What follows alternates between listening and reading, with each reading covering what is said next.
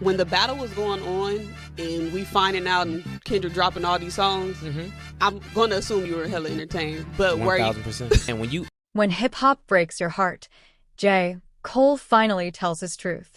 Listen, let me tell you something about loyalty, about love, and about what happens when the game you dedicated your whole life to pick somebody else.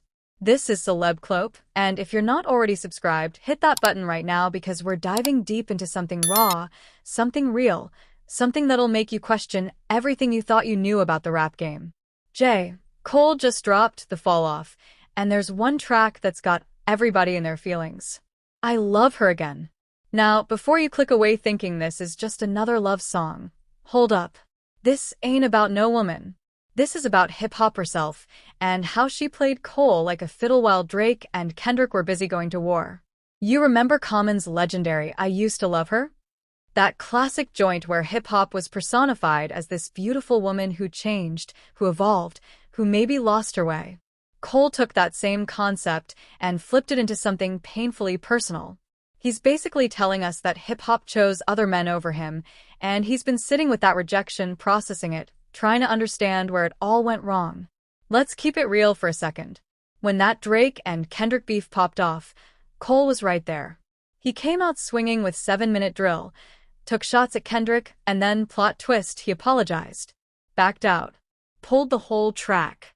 And the streets? Man, the streets had opinions. They called him soft. Said he couldn't hang with the big dogs. Questioned his place in that so-called Big Three. But here's where it gets interesting, and this is why you need to stay subscribed to Celeb Clope, because we break down what others won't touch. On I Love Her Again, Cole isn't making excuses. He's not crying about it.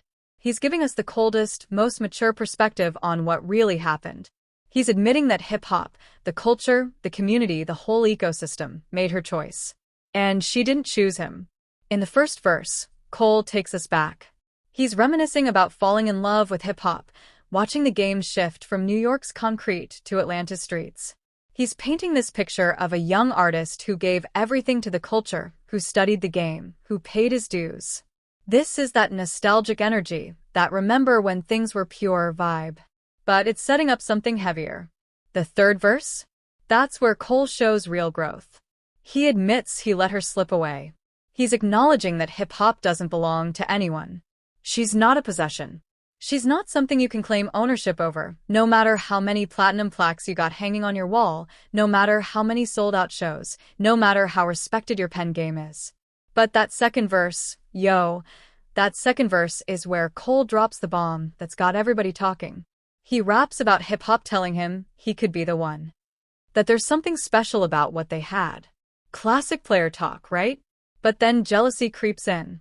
Two of his homies start beefing. And the whole time, hip-hop was telling all three of them the same thing. You're the best I ever had. Catch that Drake reference?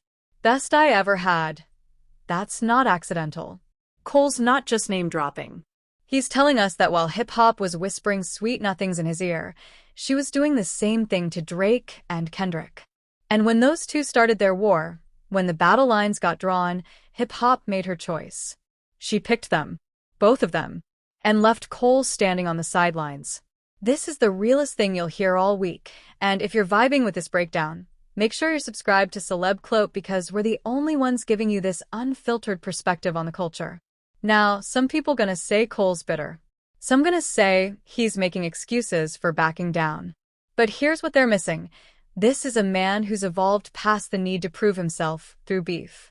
He's saying that the ownership of hip-hop, the crown, the throne, it's all an illusion. The culture doesn't belong to one person. She's not loyal to anyone. She's gonna move how she wants to move, give her energy where she wants to give it, and artists are just along for the ride. That's mature. That's growth. That's what happens when you stop chasing validation from a culture that's always looking for the next thing, the next battle, the next controversy.